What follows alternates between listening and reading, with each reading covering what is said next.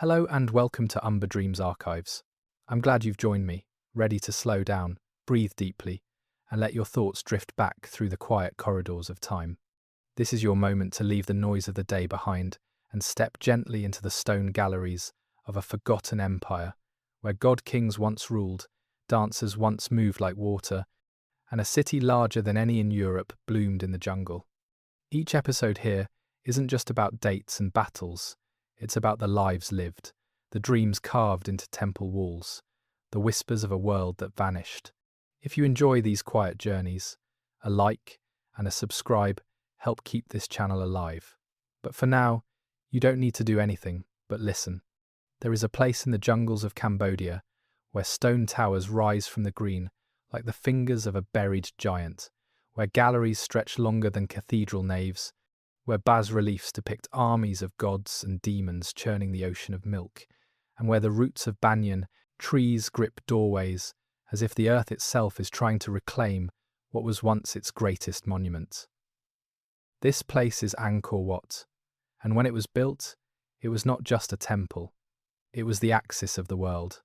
In the 12th century, while Europe was constructing Notre Dame and Chartres, while the Crusaders were fighting for Jerusalem, a king in Southeast Asia was raising a structure so vast, so precise, so stunningly beautiful that even today, nearly 1,000 years later, it stands as one of the largest religious monuments ever built by human hands.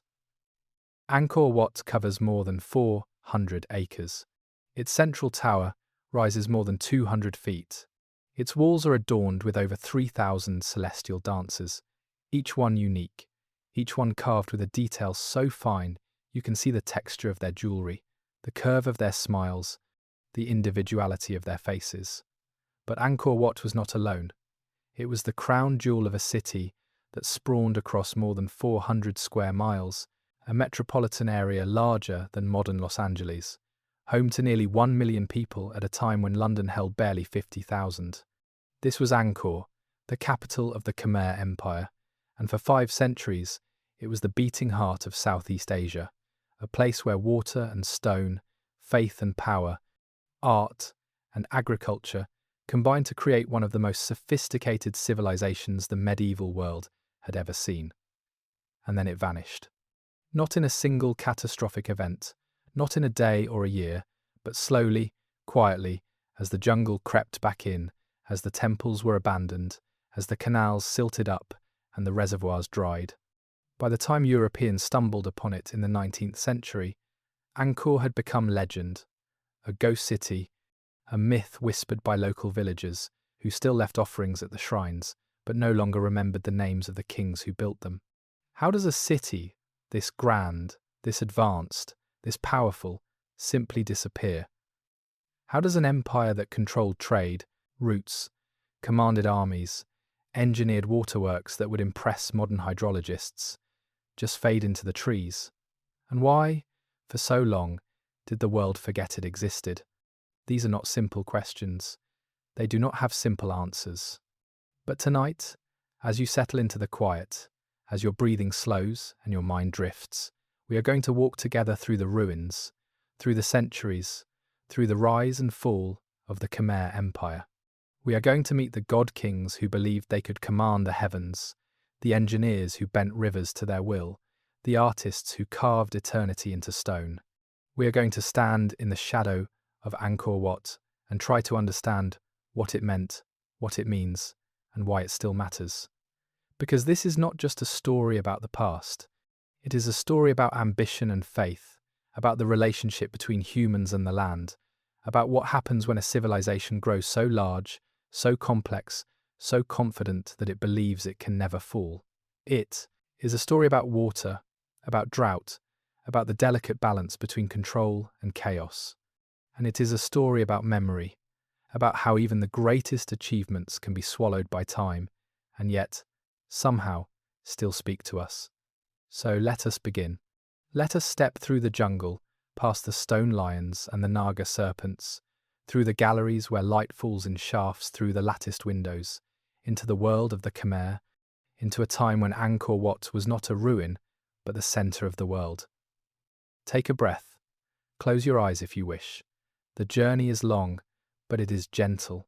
And by the end, you will have walked where kings once walked, where dancers once performed, where monks still pray.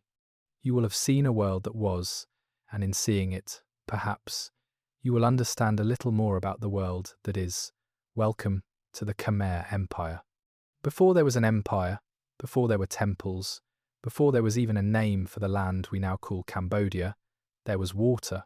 Southeast Asia in the 9th century was a world defined by water. The monsoons came every year, predictable as the turning of the earth, bringing torrential rains that swelled the rivers, flooded the plains, turned the landscape into a vast, shimmering mirror. The Mekong River, one of the longest in the world, snaked down from the Himalayas, splitting into channels and tributaries, creating a delta so fertile that rice grew in abundance, so rich that fish teemed in the waters, so productive that it could support not just villages, but cities. This was a land of plenty, but it was also a land of challenge. The monsoons were a blessing, but they were also a threat. Too much rain and the fields drowned, too little and they withered. The difference between prosperity and starvation was a matter of inches, of timing, of understanding the rhythms of the sky and the earth. And so the people who lived here, the ancestors of the Khmer, became experts in water. They learned to read the clouds, to predict the floods, to dig canals and build dikes, to store water in the dry season and drain it in the wet. They were not the first. The region had been inhabited for thousands of years, home to kingdoms and chiefdoms whose names have mostly been lost to history. The Funan, the Chenla, these were early states that rose along the rivers and coasts, trading with India and China, absorbing influences from both, developing their own unique blend of Hindu and Buddhist beliefs, Sanskrit literature, local animism, and royal ritual. They built in wood, which rotted. They wrote on palm leaves, which crumbled. They left behind only fragments, hints, inscriptions, carved into stone that tell us they were here. They mattered. They dreamed.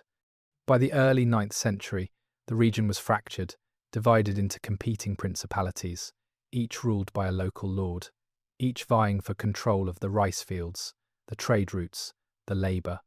It was a time of instability, of war, of shifting alliances. And into this chaos came a man named Suryavarman, a name that means protected by victory, and he would change everything. Suryavarman II did not simply conquer, he unified. In the year 802, he performed a ritual, a ceremony that Hindu priests called the Devaraja, the cult of the god-king. In this ritual, the king was not just a ruler, he was a divine being, an incarnation of Shiva or Vishnu, a living link between heaven and earth. His authority did not come from military might alone, though he had that, it came from the gods themselves. To oppose him was not just rebellion, it was blasphemy. This was a profound shift. In declaring himself a god-king, Suryavarman was not just claiming political power, he was redefining the entire structure of society. The king was the centre. The kingdom radiated outward from him. The temples were not just places of worship, they were representations of the cosmos, of Mount Meru, the sacred mountain at the centre of the universe. The reservoirs, the bares, were not just water storage, they were the oceans that surrounded the mountain. Everything, every structure, every ritual, every act of governance was imbued with religious significance. And it worked. Suryavarman II founded the Khmer Empire, and his successors, a line of kings with names that blur together, Indravarman, Yasovarman, Rajendravarman, Suryavarman, continued his work. They built, they expanded, they conquered neighbouring kingdoms, absorbing their people, their resources, their gods. They dug canals that stretched for miles, reservoirs that held millions of gallons of water, irrigation systems so sophisticated that they could support multiple rice harvests a year, feeding a population that grew and grew. But this was not just about survival, it was about glory. The Khmer did not build simply to live. They built to awe, to inspire, to leave a mark that would last forever. They carved mountains into temples. They turned rivers into moats. They created a landscape that was both functional and sacred, where every stone had a purpose, every statue told a story, every inscription was a prayer or a boast or a warning to future generations. And at the heart of it all, always, was water. The Khmer understood, perhaps better than any civilization before or since, that water was life, that to control water was to control everything. They built the West Baray, a reservoir 5 miles long and over a mile wide, capable of holding more than 15 billion gallons. They built the East Baray, almost as large. They created a hydraulic network so intricate, so carefully calibrated, that it could regulate the flow of water across hundreds of square miles, ensuring that even in drought, the rice fields stayed green. This was the world before Angkor Wat. This was the foundation, the infrastructure, the vision that made everything else possible. The Khmer had turned a jungle into a garden, a swamp into a city, a collection of warring tribes into an empire. And they had done it by understanding one simple, profound truth, that civilizations do not rise on stone alone, they rise on water. Henri Mouhot was not looking for a lost city, he was looking for butterflies. In the year 1860, this French naturalist, explorer, and amateur botanist travelled to Southeast Asia with nets and specimen jars, with notebooks and a deep curiosity about the insects and plants of the tropics. He had heard rumours, vague stories from traders and missionaries about ancient ruins somewhere in the Cambodian jungle. But they were not his focus. He was a scientist, not an archaeologist. His passion was the natural world, not the human one. But on a January morning, while travelling along the Siem Reap River, guided by local villagers who seemed unsurprised by what they were about to show him, Mouhot pushed through a wall of green and found himself standing before something impossible. Towers, galleries, walls covered in carvings, a moat wider than any he had ever seen. And rising above it all, a central spire so perfectly proportioned, so impossibly grand, that for a moment he could not speak. He stood there, sweat dripping down his face, insects buzzing around him, the jungle pressing in on all sides, and he stared at Angkor Wat.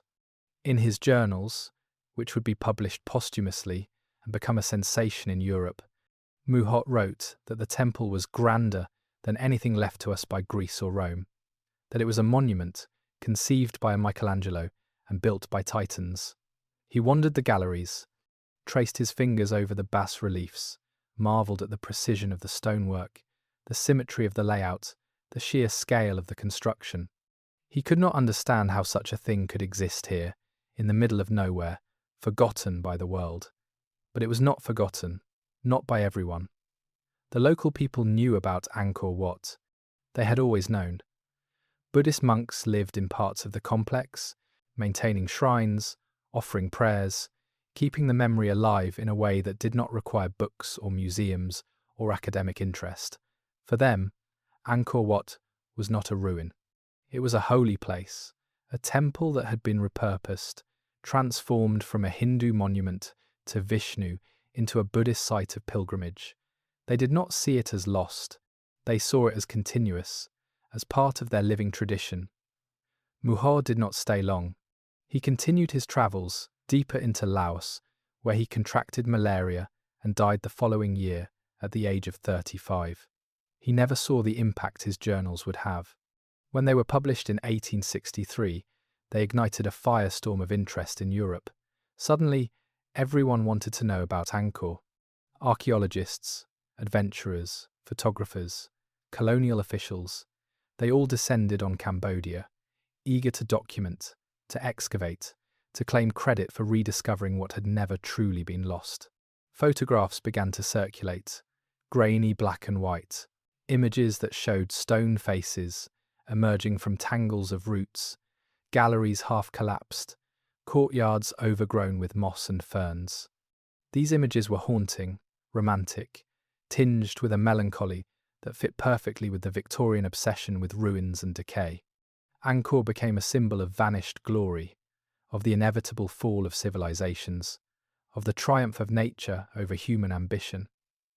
But the reality was more complex. The French, who had colonized Cambodia in 1863, saw Angkor as a tool, a way to legitimize their presence, to position themselves as the protectors and restorers of Khmer heritage. They established the École Française d'Extrême Orient, a research institute dedicated to studying and preserving the temples. They cleared vegetation, shored up walls, catalogued inscriptions.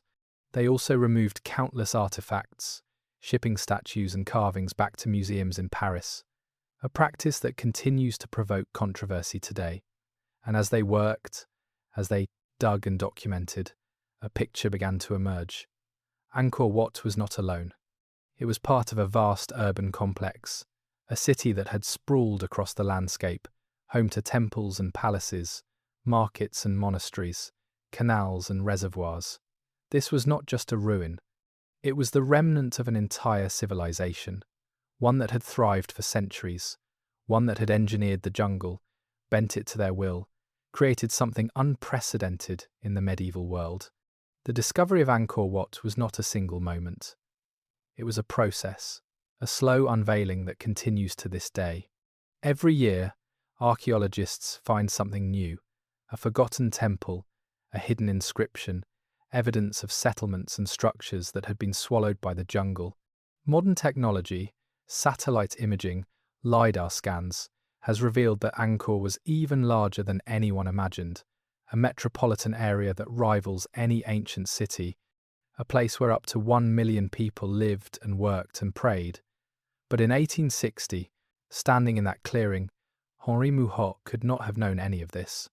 He knew only that he had stumbled upon something extraordinary, something that challenged everything Europeans thought they knew about Asia, about history, about the capacity of non-Western civilizations to create beauty and grandeur. He did not discover Angkor Wat. The Khmer people never forgot it. But he did bring it back into the global consciousness, and in doing so, he opened a door that has never closed. The butterflies, incidentally, were also remarkable. When Mouhot's journals reached Europe, the reaction was immediate and divided. On one side were the romantics, the dreamers, the ones who saw in Angkor Wat a validation of everything they believed about lost civilizations and ancient wonders. Here was proof that the East was not simply a place of colonial extraction, not just a source of spices and silk, but a land with its own history, its own achievements, its own claim to greatness. The images of temple towers rising from the jungle, of stone faces half hidden by roots, of galleries stretching into shadow, captured the imagination of a generation raised on stories of Atlantis and Pompeii. But on the other side were the skeptics, the academics, the colonial officials, who could not reconcile what they were seeing with what they believed about racial and cultural hierarchies. How could the Cambodians, a people they considered primitive, have built something this sophisticated? The architecture showed clear Indian influence. Sanskrit inscriptions covered the walls. The iconography was Hindu, so surely, they reasoned, this must have been built by Indians, by outsiders, by a superior civilization that had come and gone, leaving the locals to squat in the ruins. This was not an uncommon response.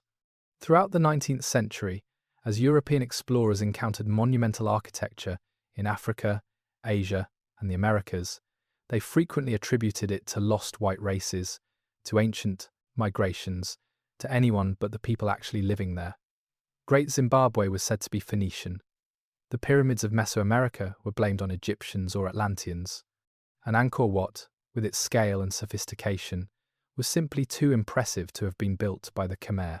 The local people, of course, had a different view.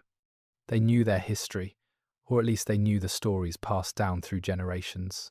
They spoke of powerful kings, of divine rulers who could command the elements, of a time when Angkor was the greatest city in the world. But their voices were largely ignored, dismissed as folklore, as myth, as the confused memories of a people who no longer understood their own past. This was the paradox at the heart of the early study of Angkor. Europeans wanted to admire it, to claim it as part of world heritage, to celebrate its beauty and grandeur. But they also wanted to distance it from the people who actually built it, to frame it as an anomaly, an exception, a relic of a vanished golden age, rather than evidence of continuous Khmer achievement. The truth, as it slowly emerged through decades of research, was both simpler and more complex. Yes, Indian culture had a profound influence on the Khmer. Trade routes connected Southeast Asia to the Indian subcontinent for centuries. Hindu and Buddhist ideas, Sanskrit language, architectural styles, all of these flowed along those routes, carried by merchants and monks and wandering scholars. The Khmer absorbed these influences, learned from them, adapted them, but they did not simply copy. The temples of Angkor are not Indian temples transplanted to Cambodia. They are Khmer temples, built by Khmer engineers, designed by Khmer architects, carved by Khmer artists. The hydraulic systems, the urban planning, the sheer scale of the construction, these were local innovations, responses to local conditions, solutions to the specific challenges of building a city in a monsoon climate. The Khmer took ideas from India and made them their own, just as they took ideas from China, from local traditions, from their own observations and experiments, and synthesized them into something new. But convincing the world of this took time. It required painstaking archaeological work, the translation of thousands of inscriptions, the mapping of canals and reservoirs, the excavation of workshops and kilns and warehouses. It required a willingness to listen to local knowledge, to treat the Khmer not as passive recipients of foreign culture, but as active agents in their own history. Some of the early scholars got it right. Georges Coedes, a French historian who dedicated his life to studying Khmer inscriptions, argued forcefully that Angkor was a Khmer achievement, that the kings who built it were neither Indian nor mythical but historical figures whose names, dates, and deeds could be traced through the epigraphic record. He spent decades cataloguing inscriptions, creating a chronology of rulers, mapping the expansion of the empire. His work laid the foundation for everything that came after. But even as the evidence mounted, even as it became undeniable that Angkor was built by the Khmer, the old narratives persisted. Museums still labelled artifacts as Indian-influenced. Guidebooks still emphasised the foreign origins of Khmer culture, and the casual racism of the colonial era lingered in subtle ways, shaping how Angkor was understood and presented. It is only in recent decades, as Cambodian scholars have reclaimed their own history, as international cooperation has replaced colonial extraction, that Angkor has been fully recognised for what it is: a Khmer achievement, built by Khmer hands, for Khmer purposes, in a Khmer vision of the cosmos. The Indian influence is real, but it is one thread in a much larger tapestry, one element in a civilization that was unique, innovative, and entirely its own. The first response to Angkor Wat, then, was not just wonder or skepticism, it was a mirror, reflecting the biases and assumptions of the people looking at it. And in learning to see Angkor clearly, we have also learned to see ourselves. The local legends about Angkor Wat do not begin with engineers and architects, they begin with gods. According to Khmer tradition, the temple was not built by human hands at all. It was designed by the divine architect Vishvakarma, the celestial craftsman who built the palaces of the gods, who shaped the weapons of the heroes, who could create anything from thought alone. The king, Suryavarman II, did not commission Angkor Wat. He received it as a gift, a divine blueprint that appeared to him in a dream, and all he had to do was translate that vision into stone. Other stories say it was built in a single night, that the gods themselves laboured alongside humans, that the stones were moved not by ropes and elephants but by magic, by chance, by the sheer force of devotion. Some say the temple was built for a beautiful princess, a daughter of the Dragon King, and that her beauty was so transcendent it required a dwelling place that could match it. These are not scientific explanations, they are not meant to be. They are expressions of wonder, of the sense that something this grand, this perfect, cannot be explained by ordinary means. They are the same impulse that made medieval Europeans attribute cathedrals to divine intervention, that made the Greeks say, "The Cyclopes built Mycenae," that makes us, even today, look at the pyramids and wonder if there is something we are missing, some secret knowledge that has been lost. But here is the contradiction. The legends are wrong about the how, but they are right about the why. Angkor Wat was not built by gods. It was built by tens of thousands of labourers, by stonemasons and sculptors, by engineers who understood leverage and weight distribution, by foremen who organised shifts and supply lines, by kings who commanded resources on a scale almost unimaginable. We know this because we have the evidence. We have the quarries where the sandstone was cut, located more than 30 miles away. We have the canals that were dug to transport the stones by boat. We have the ramps and scaffolding marks. We have the tool marks on the blocks. We have the inscriptions that list the workers, the donations, the rituals performed at each stage of construction. Angkor Wat was built by humans, but it was built by humans who believed they were working for the gods, and that belief is visible in every detail. The temple is oriented to the west, toward the setting sun, toward death and the realm of Vishnu.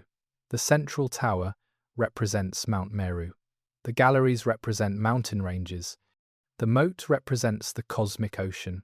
Every measurement, every proportion is based on sacred geometry, on numbers that had religious significance, on ratios that aligned the temple with the movements of the heavens. The bas-reliefs that cover the walls, the longest, continuous narrative sculptures in the world, depict scenes from Hindu epics, the Ramayana and the Mahabharata, stories of gods and demons, of battles and love, of moral lessons and cosmic truths. They were not decorative, they were instructional. They were a way of teaching, of preserving knowledge, of ensuring that even illiterate pilgrims could understand the stories, could see themselves as part of a larger divine order. So the legends are not entirely wrong. Angkor Wat was, in a very real sense, a collaboration between heaven and earth.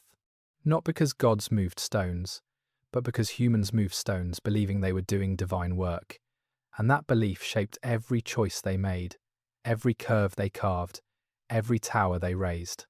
This is the deeper contradiction, the one that historians struggle with. How do you account for the role of faith in material achievement? How do you describe a civilization where religion and politics, art and engineering are so intertwined that separating them distorts the truth? For centuries, Western scholarship tried to do exactly that. They analysed Angkor Wat as architecture, as if it were just a building. They studied the Khmer Empire as a political entity, as if it were just a state. They catalogued the inscriptions as historical documents, as if they were just records. And in doing so, they missed the point. Angkor Wat is not just a temple. It is a cosmological diagram, a three-dimensional representation of the universe, a place where the king could perform rituals that ensured the prosperity of his people, the regularity of the monsoons, the favour of the gods. The Khmer did not distinguish between sacred and secular the way we do. For them, politics was religion. Religion was politics. The king was a god. The temple was the kingdom. The rituals performed at Angkor Wat were not separate from governance. They were governance. To maintain cosmic order was to maintain social order. To honour the gods was to legitimize power. And so the legends, for all their talk of magic and divine intervention, capture something essential that purely rational explanations miss. They capture the sense of purpose, the intensity of belief, the conviction that what was being built mattered not just for this life but for eternity. The people who built Angkor Wat were not just labourers earning a wage, they were participants in a sacred project, and that made all the difference. Modern archaeology has learned to respect this. The best scholars now approach Angkor not just as a site to be excavated, but as a living culture to be understood.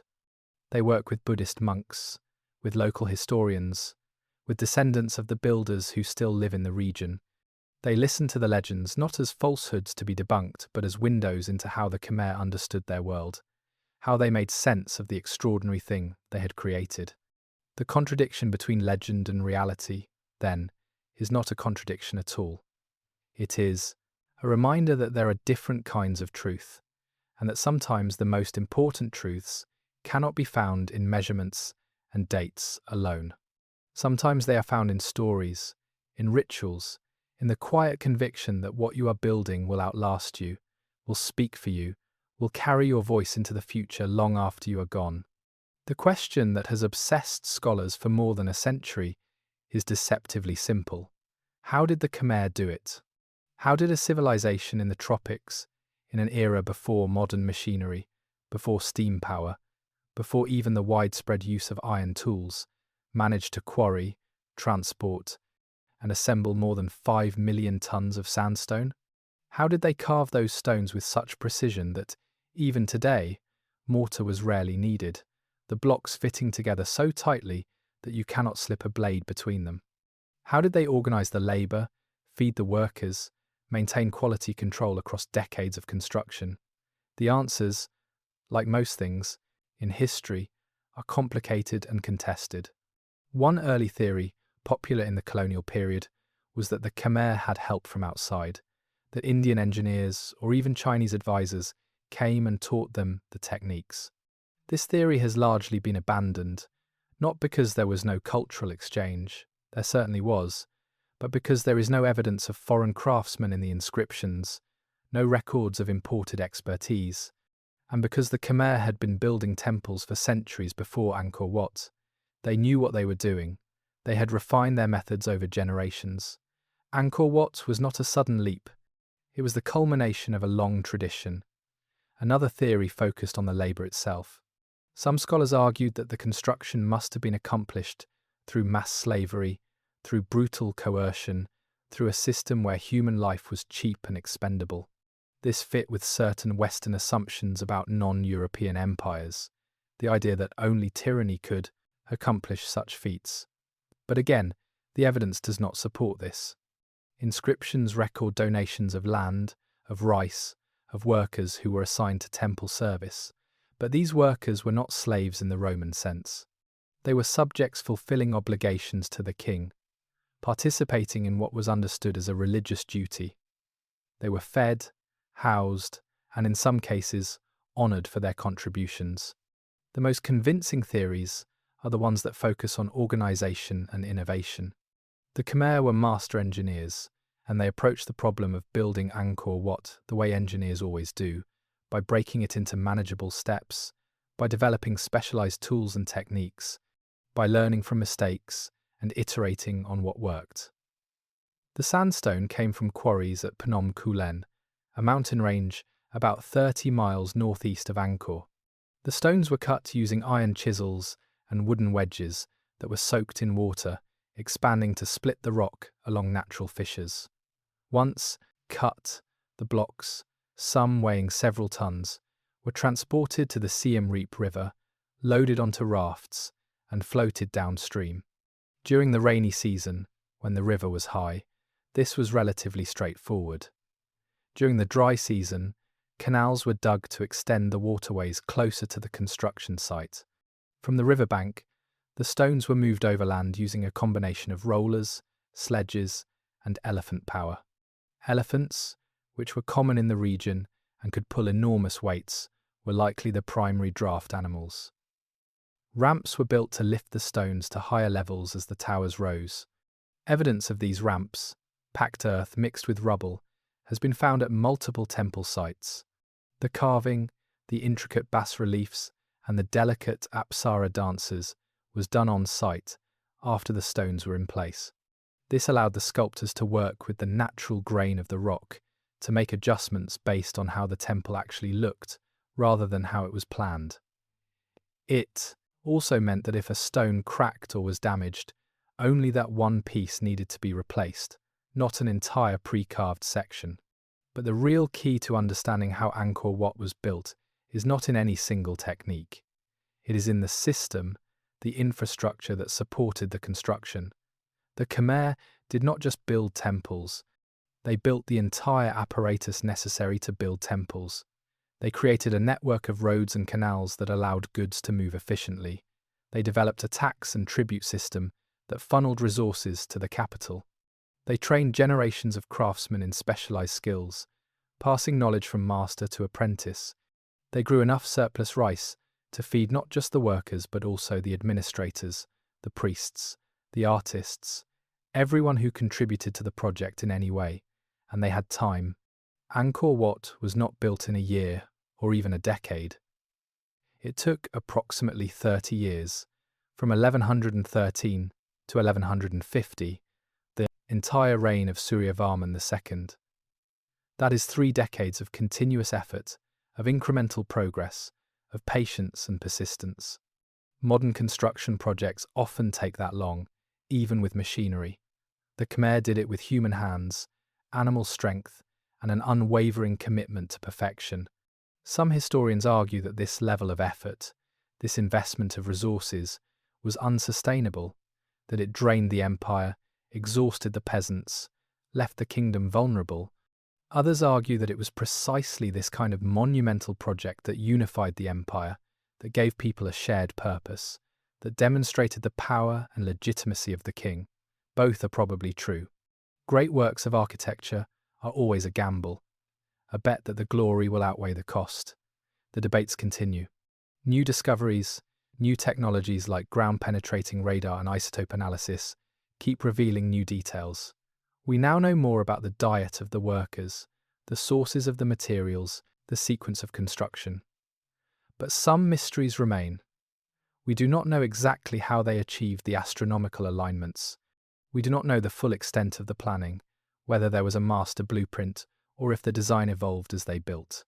We do not know the names of the architects, though we know the king who commissioned it and the priests who sanctified it. What we do know is this: the Khmer built Angkor Wat through a combination of technical skill, social organization, religious devotion, and sheer human will. It was not magic. It was not a gift from the gods. It was the result of thousands of people working together, generation after generation, to create something that would outlast them all. The modern study of Angkor is not a matter of wandering through ruins with a notebook and a sense of wonder, though that is still how most visitors experience it. It is a discipline, rigorous and technical, involving archaeologists, hydrologists, linguists, satellite engineers, and climate scientists, all working together to reconstruct a civilization from fragments. The investigation began in earnest in the early 20th century, when French scholars associated with the École Française d'Extrême Orient started systematic excavations and surveys. They cleared vegetation, stabilized structures, photographed and catalogued inscriptions. They created the first comprehensive maps of the temple complexes, identifying more than 1,000 structures within the greater Angkor area. But their work was limited by the technology of the time and by the colonial context, which often prioritized preservation of the most impressive monuments over understanding the lived experience of ordinary people. The real breakthroughs came later, in the decades after Cambodian independence and, ironically, after the devastation of the Khmer Rouge period, which destroyed much but also revealed much. In the 1990s and 2000s, international teams returned to Angkor with new questions and new tools. One of the most important developments was the use of LIDAR, light detection and ranging, a technology that uses laser pulses to create detailed topographical maps. When flown over Angkor, LIDAR could penetrate the jungle canopy, revealing features invisible from the ground. What it showed stunned researchers. Angkor was not just a collection of temples. It was a vast urban sprawl, a carefully planned city with neighborhoods, roads, canals, ponds, and artificial mounds stretching in all directions. The temple complexes were the ceremonial and administrative centers, but surrounding them were residential areas where farmers, artisans, and merchants lived. The city covered more than 400 square miles, making it one of the largest pre-industrial cities in the world, comparable to the Mayan city of Tikal or medieval London and Paris combined. At its peak, in the 12th and 13th centuries, it may have housed between 700,000 and 1 million people, supported by a hydraulic system that was nothing short of revolutionary. This hydraulic system is the key to understanding how Angkor functioned. The Khmer built enormous reservoirs called barrays, the largest of which, the West Barray, was 5 miles long, over a mile wide, and 30 feet deep. These were not natural lakes. They were engineered, dug by hand, lined with clay, fed by canals that diverted water from rivers and streams. The purpose was not just storage, though that was crucial. The barrays also regulated the water supply, capturing the monsoon floods and releasing water slowly during the dry season, ensuring year-round irrigation for the rice fields. Archaeologists have traced hundreds of miles of canals, some wide enough for boats, others narrow and designed for irrigation, all interconnected in a network that required constant maintenance and sophisticated management. This was not a simple system. It was a hydraulic civilization comparable to ancient Mesopotamia or Egypt, where control of water meant control of food, and control of food meant control of people. Recent studies by hydrologists and climate scientists have added another layer of understanding. By analysing sediment cores from the barrays and nearby lakes, they have reconstructed the climate of the Khmer period. What they found is sobering. For most of the empire's history, the monsoons were reliable, delivering consistent rainfall. But in the late 13th and 14th centuries, the climate became unstable, swinging between severe droughts and devastating floods. The hydraulic system, designed for consistency, could not adapt to these extremes. Canals silted up or were washed away. Reservoirs dried out or overflowed. The rice harvests failed. This discovery has reframed the entire debate about why Angkor declined. For decades, historians blamed warfare, particularly invasions by the Thai kingdom of Ayutthaya. Others pointed to internal strife, the conversion from Hinduism to Buddhism, the shift of the capital to Phnom Penh. All of these played a role, but the underlying cause, the trigger for the collapse, was environmental. The Khmer had built a civilization on the assumption that the climate would remain stable, and when it did not, the entire structure began to crumble. Linguistic analysis has also contributed to the investigation. The Khmer language, written in a script derived from ancient Indian scripts, appears in thousands of inscriptions carved into temple walls, stelae, and even on boulders scattered across the landscape. These inscriptions are not just religious texts. They are legal documents, land grants, tax records, dedications, boasts, and curses. By translating and cross-referencing them, scholars have been able to reconstruct the political history of the empire, identify specific kings, trace their lineages, map their conquests, and understand their relationships with neighbouring states. 1.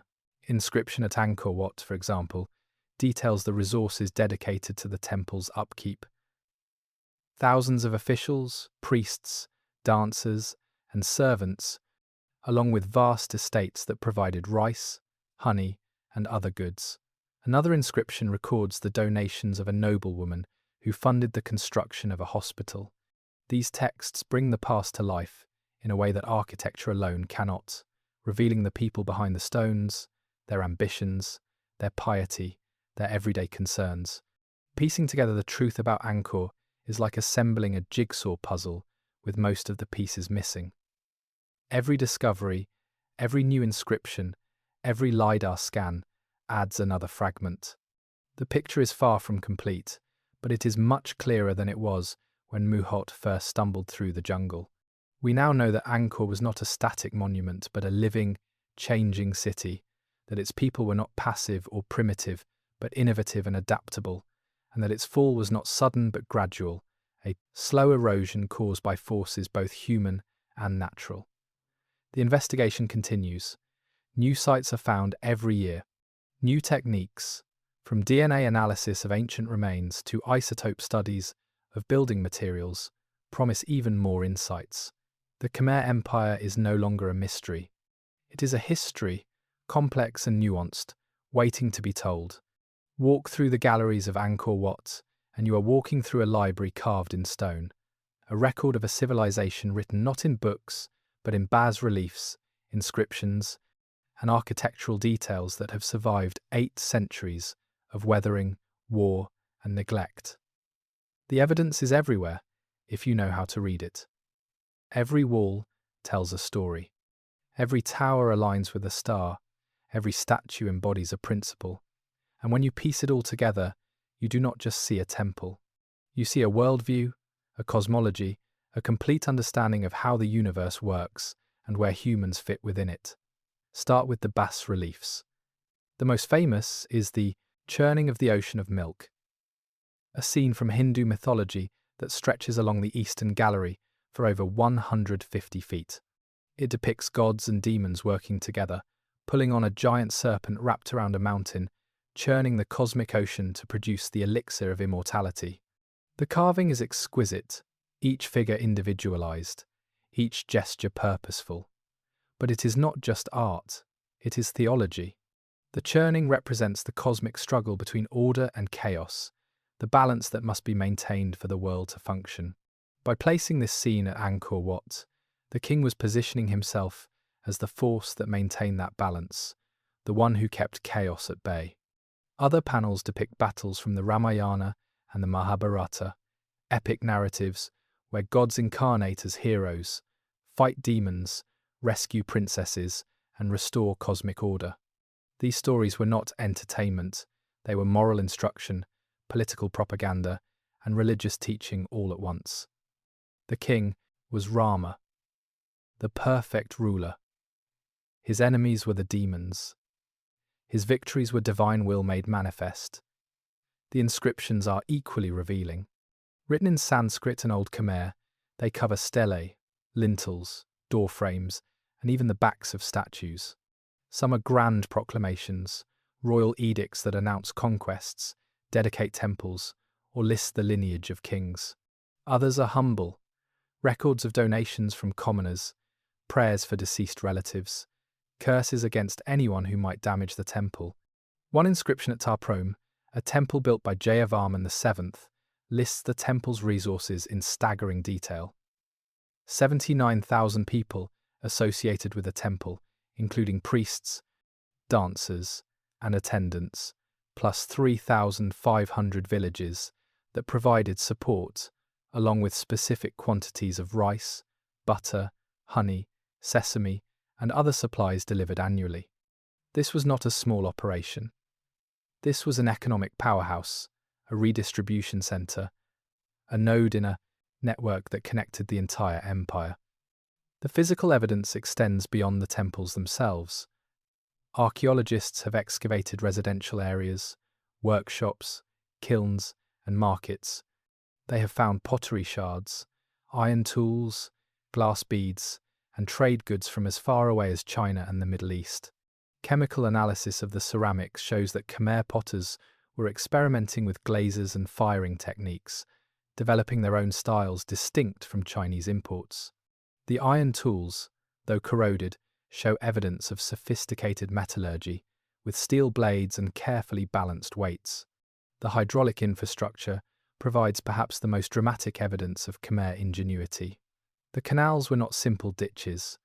They were engineered waterways, with carefully calculated gradients to ensure proper flow, with spillways to prevent overflow, with locks to regulate distribution. Some canals had stone linings, others had wooden gates that could be opened or closed to control the water level. The system required constant maintenance, an entire bureaucracy dedicated to monitoring and repairing it, but it worked. For centuries, it worked. Ground-penetrating radar and magnetic surveys have revealed even more hidden structures. Foundations of wooden buildings that have long since rotted away, roads paved with laterite, bridges, and causeways. The city was not just stone temples rising from the jungle, it was a complete urban environment, with infrastructure, neighbourhoods, social stratification, and a level of planning that rivals any medieval city in Europe or Asia. One of the most poignant pieces of evidence comes from the hospitals. Suryavarman VII, perhaps the most ambitious and controversial of the Khmer kings, built more than 100 hospitals across his empire. These were not hospitals in the modern sense, but rest houses with attached shrines, places where travellers could receive care, where the sick could be treated with herbal remedies, where monks offered prayers for healing. Inscriptions at these sites include medical texts, lists of medicines, and even architectural plans. The Khmer did not just build for the gods, they built for their people. But perhaps the most compelling evidence is the simplest, the stones themselves. Sandstone is a soft rock, easy to carve when freshly quarried, but hardening with exposure to air. The Khmer carved it when it was still soft, creating details so fine that you can see the fingernails on the apsaras, the teeth in the mouths of demons, the individual scales on the Naga serpents. Over time, the stone hardened, preserving those details for centuries. Modern attempts to replicate the technique, even with power tools, struggle to match the precision. The evidence, then, is overwhelming. The Khmer were not primitive. They were not simply imitating Indian models. They were innovators, adapting ideas from across Asia and synthesizing them into something uniquely their own. They built a civilization that lasted for 6 centuries, that left behind monuments rivaling anything in the ancient world, that demonstrated a mastery of engineering, art, and statecraft. And yet, the evidence also shows fragility. The canals silted up, the temples cracked, the inscriptions stopped. The life that once filled these spaces, the voices, the music, the laughter and arguments and prayers, all of that is gone, leaving only the stones, the carvings, the fragments of a lost world that we are still learning to read. For decades, scholars approached Angkor as a religious site, a collection of temples built to honor the gods, to legitimize kings, to serve as cosmic diagrams. This was not wrong, but it was incomplete. The deeper mystery of Angkor is not that it was a sacred place. It is that it was a water city, a hydraulic empire whose very existence depended on a technology so sophisticated, so carefully balanced, that when it failed, the entire civilization collapsed. This realization did not come all at once.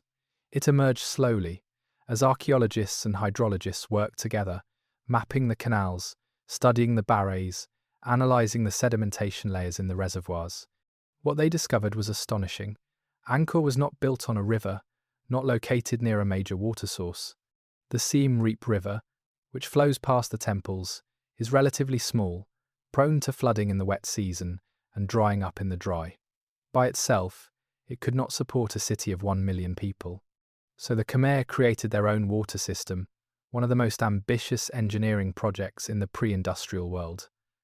They dug the barrays, enormous reservoirs that held billions of gallons of water. They built canals that stretched for hundreds of miles, diverting streams and rivers, channeling the monsoon floods, storing water for the dry season. They terraced the land, creating rice paddies at different elevations so water could flow by gravity from one to the next. They built embankments, dikes, and sluice gates to control the flow. This was not just irrigation, this was terraforming, the deliberate reshaping of the landscape to serve human needs. The Khmer did not adapt to the environment. They changed the environment to suit them, and for centuries it worked brilliantly. The hydraulic system allowed for multiple rice harvests per year, generating a massive food surplus that fed the urban population, supported the army, funded the construction of temples, and enabled long-distance trade. But there was a hidden cost, one that would not become apparent until it was too late. The system was fragile, dependent on constant maintenance and a stable climate. If the canals silted up, water could not flow. If the embankments broke, fields would flood. If the monsoons failed, the reservoirs would empty.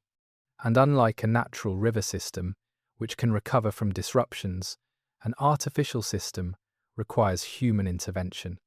It requires engineers, labourers, supervisors, all of whom must be fed, organised, and paid.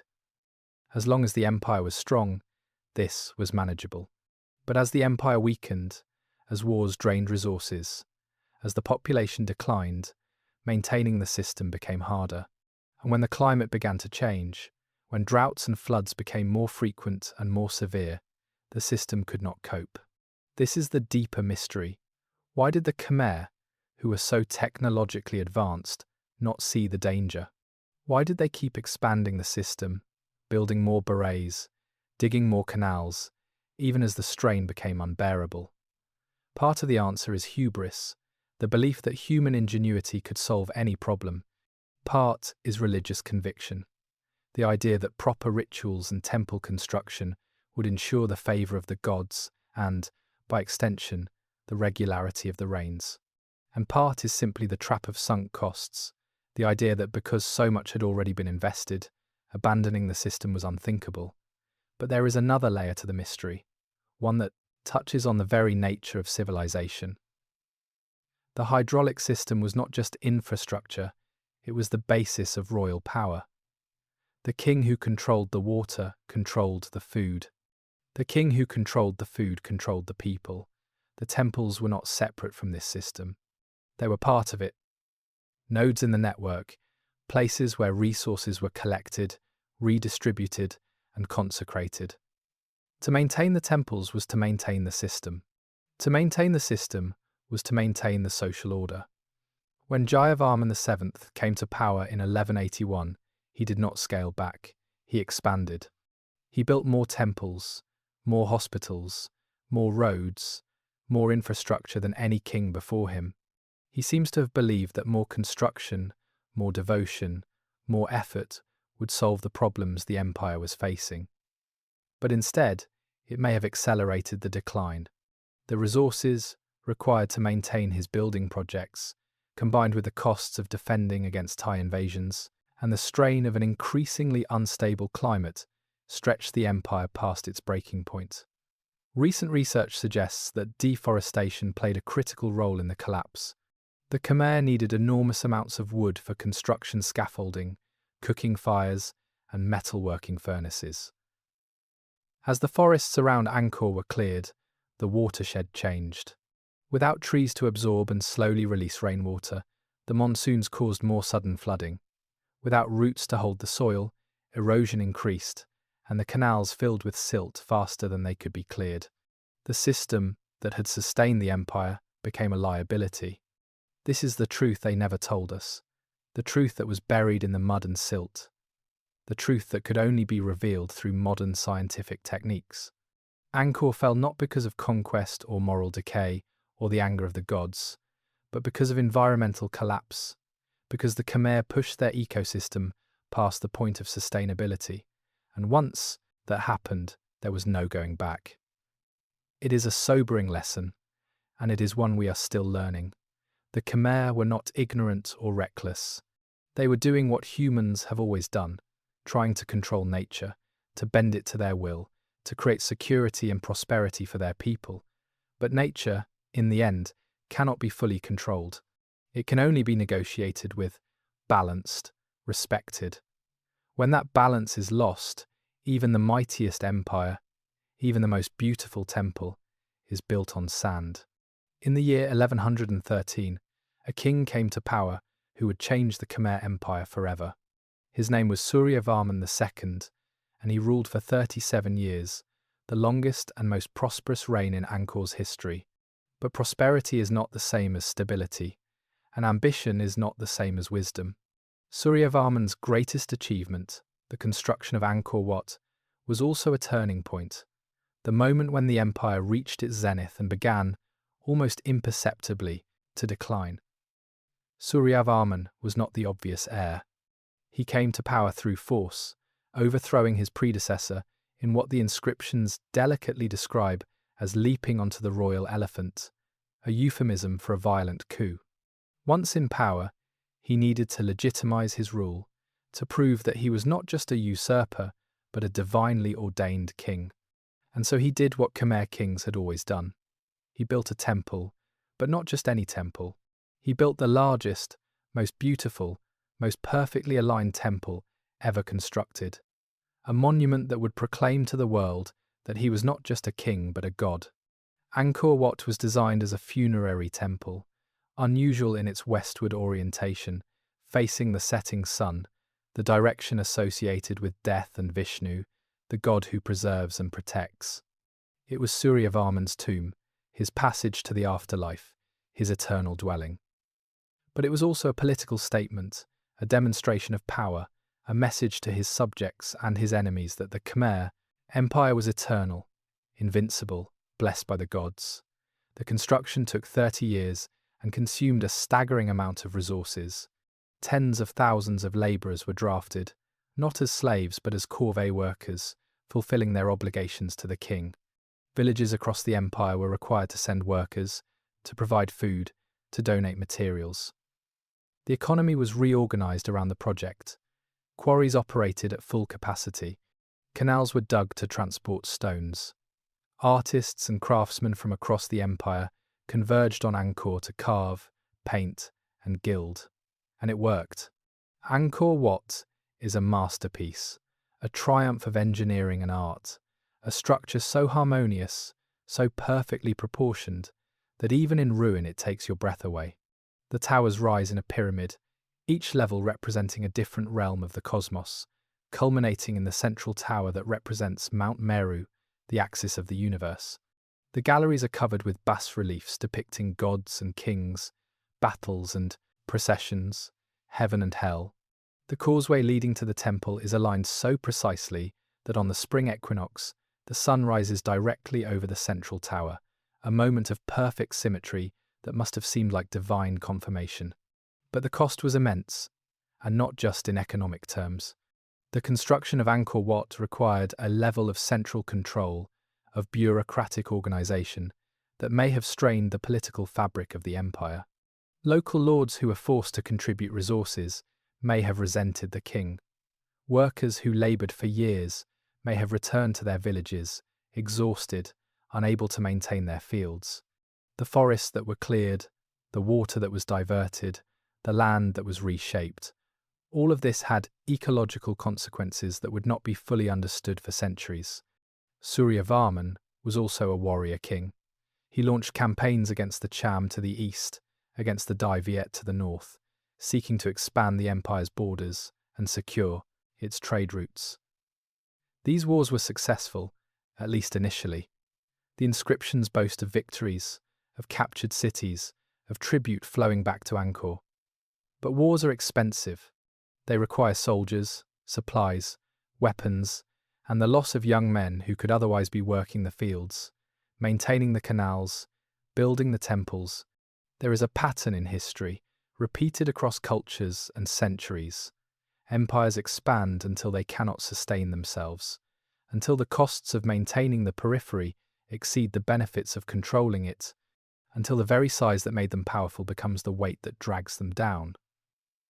Suryavarman may have sensed this.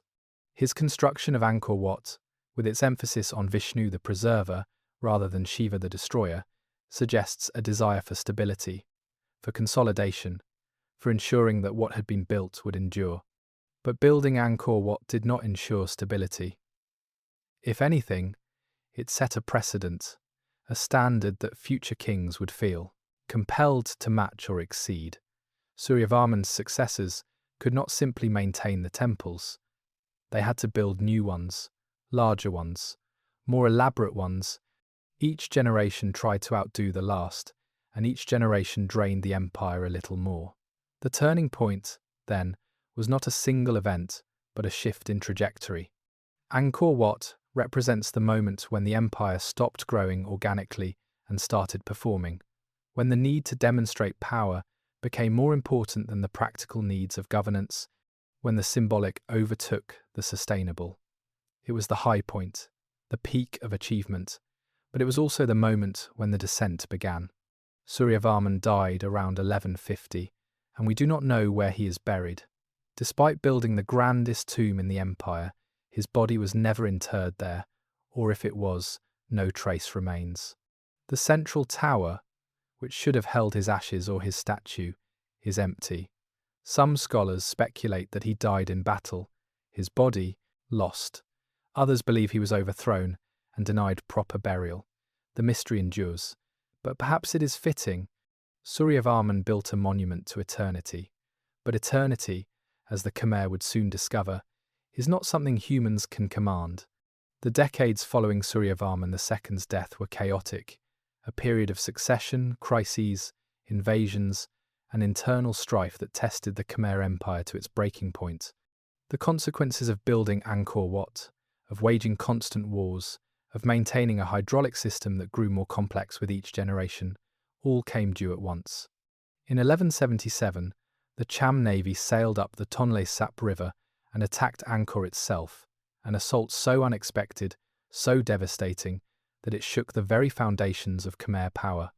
The city was sacked, the royal palace burned, the king killed. For a civilization that had always seen itself as divinely protected, as the center of the world, this was not just a military defeat, it was a theological crisis. If the king was a god, how could he be defeated? If the temples ensured cosmic order, why had chaos prevailed? Into this vacuum stepped Jayavarman VII, a prince who had been living in exile, possibly in the Cham kingdom itself. He returned, rallied the scattered Khmer forces, and drove out the invaders in a series of battles that the inscriptions describe in epic terms, comparing him to heroes from the Ramayana, to gods incarnate. By 1181, he had retaken Angkor and declared himself king, but Jayavarman VII was different from his predecessors. He was older, in his 60s when he took the throne, a man who had seen war, exile, and the fragility of power. And he was a Buddhist, a follower of Mahayana Buddhism with its emphasis on compassion, on the bodhisattva ideal of postponing one's own enlightenment to help others achieve liberation. This was a radical departure. The Khmer kings had been Hindu for centuries, followers of Shiva or Vishnu, rulers whose divine status came from identification with these gods. A Buddhist king changed everything. Jayavarman's reign was a consequence, a reaction to the trauma of the Cham invasion and the realization that the old ways were failing. And his response was not to scale back, not to consolidate, but to build on a scale that dwarfed even Suryavarman. He constructed the Bayon, a temple at the center of his new capital city, Angkor Thom, with 54 towers, each carved with 4 enormous stone faces that gazed out in all directions. These faces, serene and smiling, are often identified as the Bodhisattva Avalokitesvara, but they also bear a striking resemblance to Jayavarman himself. The king was no longer just a god. He was compassion incarnate, watching over his people, protecting them, seeing everything. He built Tar Prom and Prayer Khan, massive temple complexes dedicated to his mother and father. He built Neak Peen, an artificial island with a central temple surrounded by 4 pools, representing the healing waters of Lake Anavatapta in Buddhist cosmology. He built more than 100 hospitals across the empire, rest houses for travellers, roads with bridges and mile markers. The scope of construction during his reign exceeded everything that had come before. The inscriptions from this period are filled with compassion, rhetoric, with references to the suffering of the people, to the king's duty to alleviate that suffering. But there is a paradox here, one that historians still debate. Building all of these structures required immense labour, resources, and organisation. Did the effort to relieve suffering actually create more suffering? Did the hospitals help the sick, or did the construction of hospitals drain the very resources that kept people healthy? The consequences of Jayavarman's building spree were environmental and economic. More temples meant more stone quarried, more forests cleared, more canals dug. The hydraulic system, already strained, was expanded further, with new reservoirs and waterways that required constant maintenance. The labour demands were crushing. Villages that had already sent workers for Angkor Wat were now sending workers for the Bayon, for the hospitals, for the roads. The rice fields, which depended on that same labour to maintain the irrigation systems, began to suffer. And yet, in the short term, it worked.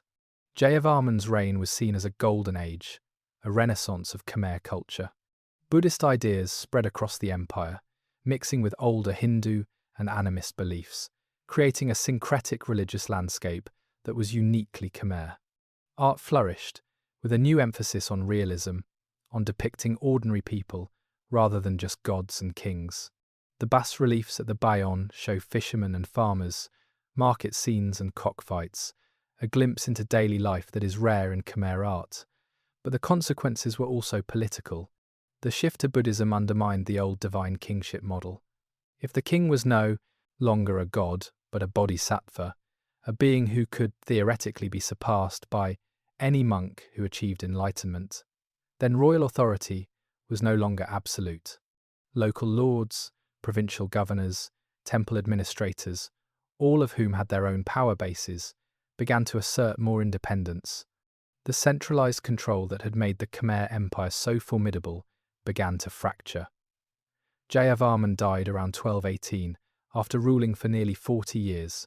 His successors tried to continue his projects, but they lacked his vision, his charisma, his ability to mobilize resources. The building slowed, then stopped. The temples that had been started were never finished. The inscriptions, which had been so detailed, so frequent, began to thin out. By the mid-13th century, there are gaps, periods where we have no records, no dates, no names of kings. The consequence of the fall, or perhaps more accurately, the consequence of the rise, was exhaustion. The Khmer Empire had pushed itself too hard, built too much, demanded too much from its people and its environment. The immediate crisis had been survived, the Cham defeated, the capital rebuilt, but the long-term costs were only beginning to be felt. The empire was still powerful, still wealthy, still capable of grand gestures, but the foundation was cracking, and soon, very soon, it would begin to crumble. The Khmer Empire did not exist in isolation. It was part of a larger Southeast Asian world, connected by trade routes, diplomatic marriages, religious pilgrimages, and cultural exchanges that spread Khmer influence far beyond the borders of modern Cambodia. The impact of Angkor, of Khmer art and architecture, of hydraulic engineering and statecraft, can still be seen today across Thailand, Laos, Vietnam, and beyond. The most visible legacy is architectural. Khmer temple design, with its stepped pyramids, elaborate galleries, and towering central sanctuaries, became the model for sacred architecture throughout the region. When the Thai kingdom of Ayutthaya rose to power in the 14th century, it consciously emulated Khmer styles, incorporating Khmer artists and craftsmen, adopting Khmer court rituals, even claiming descent from Khmer royal lineages to legitimize their rule. The great temples of Thailand, from Sukhothai to Bangkok, owe a direct debt to Angkor. The same is true in Laos, where the ancient capital of Luang Prabang shows clear Khmer influence in its religious architecture, and in southern Vietnam, where Cham temples built during periods of Khmer dominance reflect a blend of indigenous and Khmer styles. Even in Indonesia, far to the south, there is evidence of Khmer artistic influence, transmitted through trade networks and the movement of monks and scholars. But the impact was not just aesthetic. The Khmer developed a model of kingship, the god-king concept, that proved remarkably durable. The idea that a ruler was not just a political leader, but a sacred figure, an intermediary, between heaven and earth, became foundational to Southeast Asian statecraft. This was different from the Chinese model, where the emperor ruled through the mandate of heaven but was not himself divine, and different from the Indian model, where kings were kshatriyas, warriors of high status but distinct from the Brahmin priest class. The Khmer king was both priest and warrior, both god and man, and this fusion of roles gave him a unique authority. The hydraulic engineering techniques developed at Angkor also had lasting impact. The principles of water management, the construction of barrays and canals, the terracing of rice fields, these were copied and adapted by neighbouring kingdoms. The Thai kingdom of Sukhothai, for instance, developed its own sophisticated irrigation systems that borrowed directly from Khmer models. Even today, traditional rice farming in Cambodia, Thailand, and Laos uses techniques that can be traced back to the Khmer period. Language and literature were another avenue of influence. Old Khmer, written in a script derived from ancient Indian Brahmi, became a prestige language, used for inscriptions and official documents across the region. Many Thai and Lao words, particularly those related to religion, government, and the arts, are borrowed from Khmer. The great literary epics, the Riamka, the Khmer version of the Ramayana, and the royal chronicles influenced storytelling traditions throughout Southeast Asia, with versions and adaptations appearing in Thai, Lao, and Burmese literature. Religious impact was perhaps the most profound. The Khmer were instrumental in spreading both Hinduism and Buddhism across mainland Southeast Asia.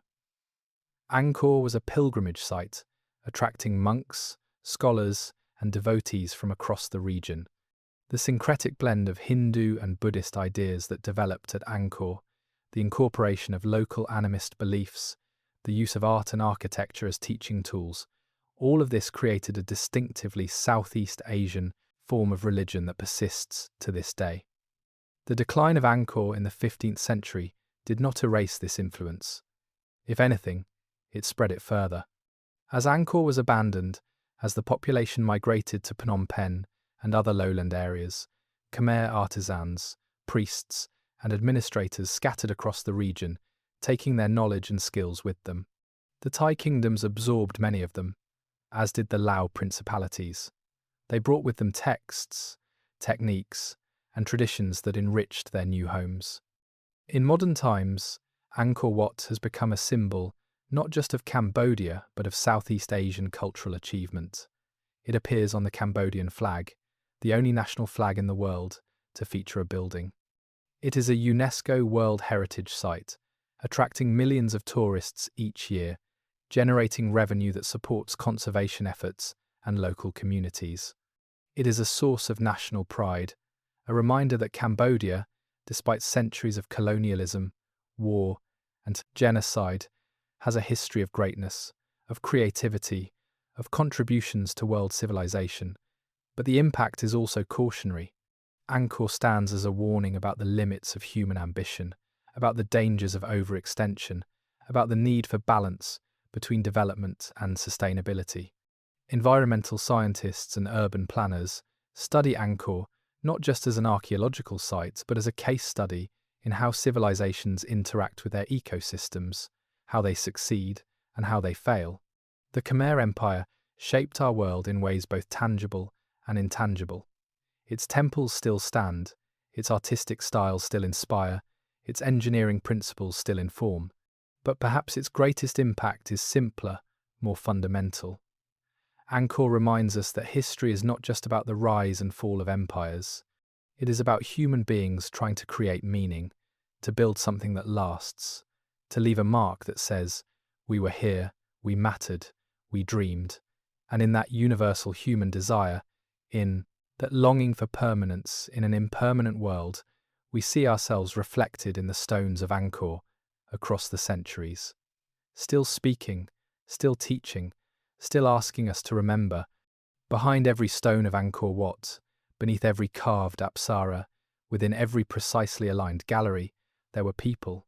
Not just kings and priests, not just architects and generals, but ordinary people whose names were never recorded, whose faces were never carved into temple walls, whose lives are lost to history, except for the faintest traces they left behind. There were the farmers who grew the rice that fed the empire, who woke before dawn to tend the paddies, who watched the sky for signs of rain, who knew that their labour sustained not just themselves but the entire apparatus of Khmer civilization. They worked waist-deep in water, planting shoots, pulling weeds, harvesting by hand with sickles, threshing on wooden platforms, storing the grain in granaries that would feed the workers building the next temple. Their lives were dictated by the monsoon cycle, by the demands of corvée labour, by taxes paid in rice and fish and cloth.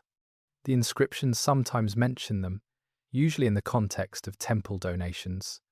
A farmer might dedicate a portion of his land to support the upkeep of a shrine, or a village might collectively fund the construction of a small temple. These were acts of devotion, but they were also acts of social obligation, ways of securing merit, of ensuring a better rebirth, of gaining favour with local officials. The farmers knew that the temples were not just sacred spaces, they were economic centres, redistributing wealth, providing loans, organising labour, serving as insurance against famine. There were the sculptors who carved the bas-reliefs, the ones who transformed rough sandstone into gods and demons, into dancers frozen in eternal motion. They worked with iron chisels and wooden mallets, sitting on scaffolding high above the ground, their hands steady despite the heat and the fatigue. Each apsara took days to complete. Each figure required an understanding of proportion, of anatomy, of how light and shadow would play across the surface. These were skilled artisans, specialists who learned their craft through years of apprenticeship, who took pride in their work even though their names would never be known. Some of the carvings show evidence of individual styles, slight variations in technique that suggest different hands, different personalities. One sculptor might favour slightly wider eyes, another might emphasise the curve of the hip. These subtle differences are the only signatures they left, the only proof that they existed as individuals rather than anonymous labourers. Modern archaeologists study these variations, trying to reconstruct workshop practices to understand how the work was organised, whether teams competed or collaborated, how quality was maintained across decades of construction. There were the dancers, the apsaras, who were not just carved in stone but who lived and breathed, who performed at temple ceremonies, who were trained from childhood in a sacred art that combined movement, music, and storytelling. The inscriptions list hundreds of dancers attached to major temples, along with musicians, costume makers, and choreographers. These were not slaves or servants but honoured members of temple communities, supported by endowments, living in dedicated quarters, their lives devoted to creating beauty in service of the gods. We know they existed because they are depicted in the bas-reliefs, shown in processions, in ritual dances, in moments of performance. We know they existed because the inscriptions detail their stipends, their roles, their numbers. But we do not know their names, do not know what they thought as they danced, whether they believed in the gods they honoured or whether it was simply a profession, a way to survive, a better life than working in the rice fields. There were the merchants who travelled the trade routes, who brought sandalwood from India, silk from China, who bartered for local goods, cardamom and kingfisher feathers, beeswax and ivory. They stayed in rest houses along the roads, paid tolls to local lords, navigated a complex web of treaties and safe conducts. Some of them married local women, settled in Angkor, raised children who spoke Khmer, and worshipped at Buddhist shrines. They were the connective tissue of empire, the ones who moved goods and ideas, who made Angkor cosmopolitan, a city where you could hear a dozen languages in the market, where foreign fashions and philosophies mixed with local traditions. There were the slaves, though slavery in the Khmer Empire was different from the chattel slavery of later periods. Khmer slaves were often war captives, debtors, or criminals, and they could own property, marry free people, and sometimes buy their freedom. They worked in temples, in royal households, in workshops. Their lives were hard, but they were not without agency, not entirely powerless. The inscriptions sometimes record manumissions, instances where slaves were freed as acts of merit, their liberation seen as spiritually beneficial to the donor. And there were the children who played in the shadow of the temples, who climbed the walls when the priests were not looking, who listened to stories told by grandparents about the old days, about the wars and the building projects, about the kings who were gods. These children grew up in a world shaped by decisions made generations before, by the construction of the baris, by the conquests of long-dead rulers, by the religious shifts from Hinduism to Buddhism. They inherited a civilization at its peak, and they would witness its decline. The human element of Angkor is what makes it more than just stone, more than just an archaeological site. These were real people with hopes and fears, with dreams and disappointments, with moments of joy and stretches of tedium. They loved and lost, laughed and cried, argued with neighbours and prayed for rain. They were not that different from us, and yet they lived in a world so alien, so structured by gods and kings and cosmic principles, that we struggle to imagine it. But we must try, because without the farmers and the sculptors, without the dancers and the merchants, without the slaves and the children, Angkor Wat is just a collection of stones. With them, it becomes a story, a testament to human creativity and endurance, a reminder that civilizations are built not by kings alone, but by thousands upon thousands of ordinary people, each contributing their labour, their skill, their lives to something larger than themselves. Their voices are forgotten, but their work remains, speaking for them across the centuries, asking us to remember. Not everyone in the Khmer Empire bowed willingly to the god-kings.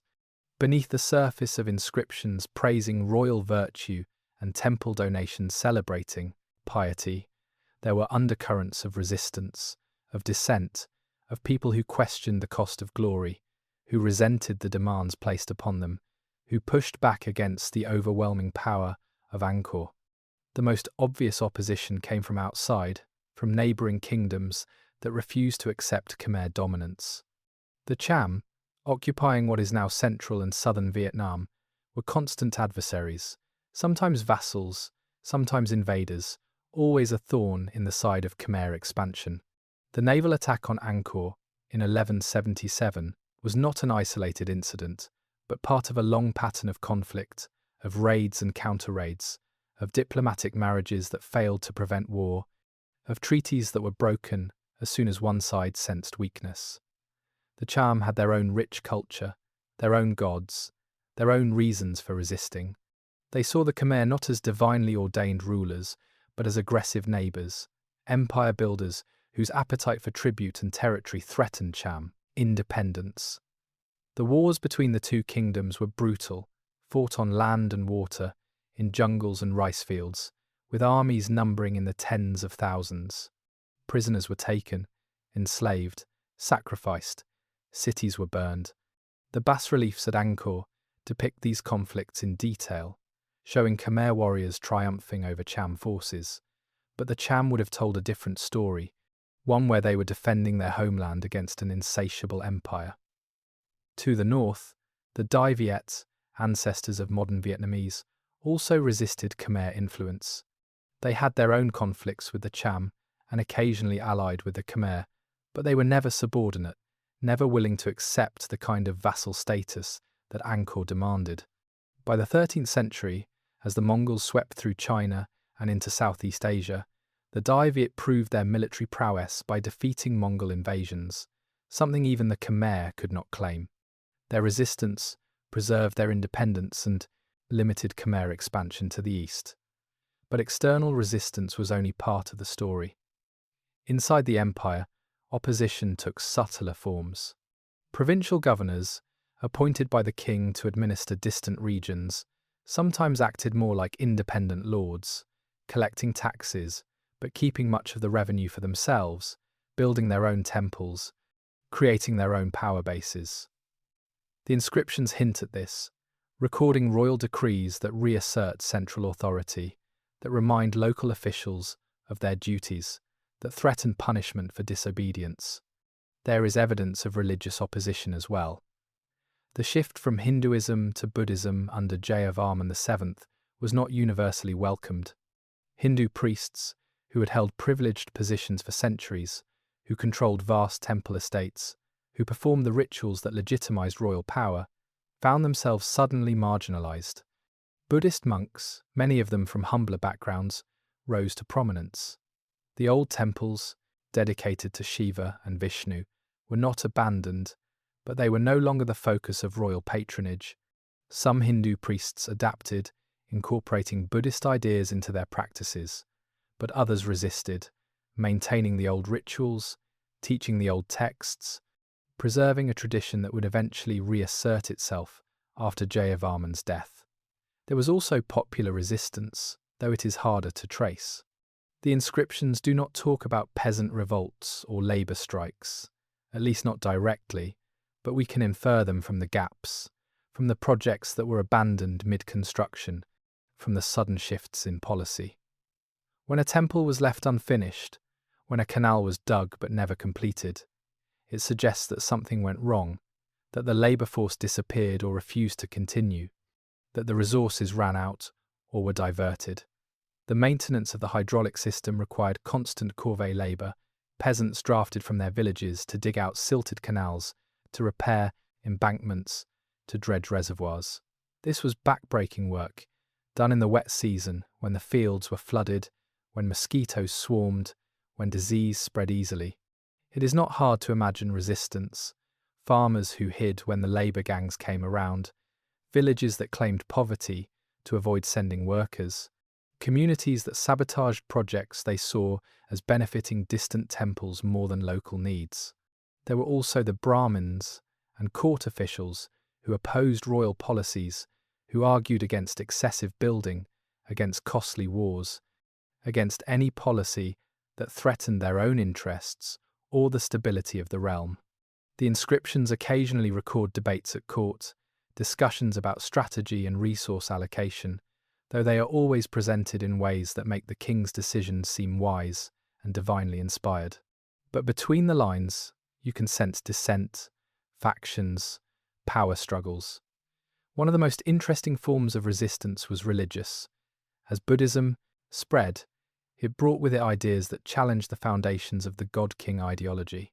If all beings possess Buddha nature, if enlightenment is theoretically available to anyone through meditation and ethical conduct, then what makes a king special?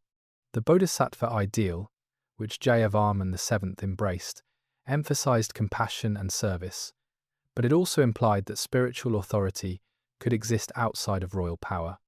Monks who achieved high levels of realization could command respect that rivaled or exceeded that of kings. This created tension. Some kings after Jayavarman reverted to Hinduism, precisely to reassert the old divine kingship model. Others tried to control the Buddhist Sangha, appointing abbots, regulating monasteries, ensuring that religious authority remained subordinate to political power. But the monks had their own networks, their own sources of support, and they could not be completely controlled. The ultimate resistance, of course, came in the form of abandonment. By the 15th century, as the empire weakened, as the climate grew more unstable, as Thai armies pressed from the west, the people of Angkor made a choice. They left. Not all at once, not in a single exodus, but gradually, family by family, village by village. They migrated south and east, toward Phnom Penh, toward areas with more reliable water sources, away from the crumbling hydraulic system, away from the demand that they sacrifice everything to maintain temples that seemed to bring less and less divine favour. This was not passive. This was active resistance, a vote of no confidence in the system, a rejection of the idea that Angkor, for all its glory, was worth the cost. The people who stayed became fewer and fewer, until the great city was left to the monks and the jungle, until the stones themselves became the only witnesses to what had been. Those who left carried their culture with them, their language, their stories, their skills. They built new lives elsewhere. And in doing so, they ensured that Khmer civilization survived, even as Angkor fell.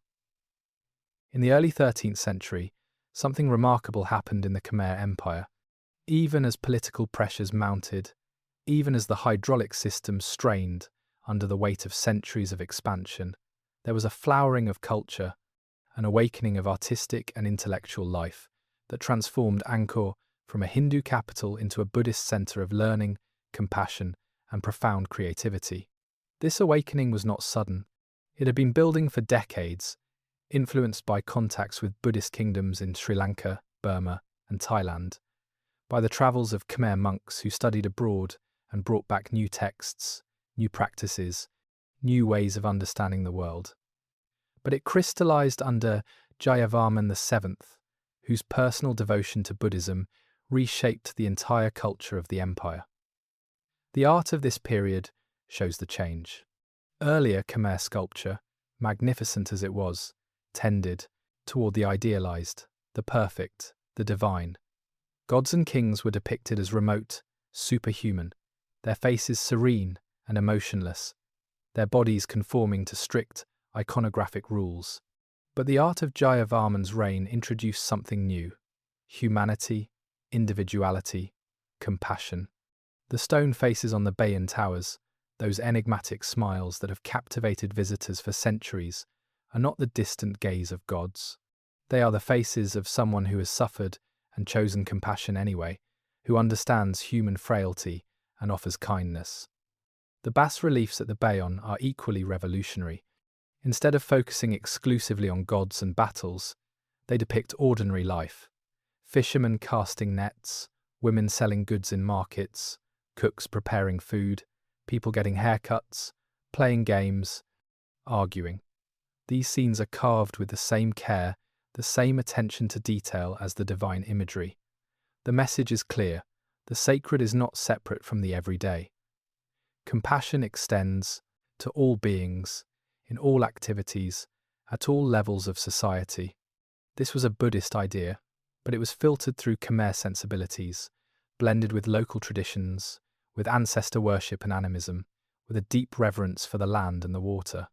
The result was a syncretic culture that was uniquely Khmer, neither purely Indian nor purely Southeast Asian, but something new, something that could only have emerged at this time, in this place, from this particular mix of influences and experiences.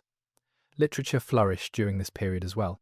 The royal libraries, attached to major temples, housed palm leaf manuscripts containing Buddhist sutras, Hindu epics, astronomical treatises, medical texts, and royal chronicles. Scholars debated philosophy, translated texts from Sanskrit and Pali into Khmer, composed poetry that combined devotional themes with observations about nature and human emotion. Much of this literature has been lost, destroyed by fire, water, insects, and war, but fragments survive, hints of a rich intellectual life.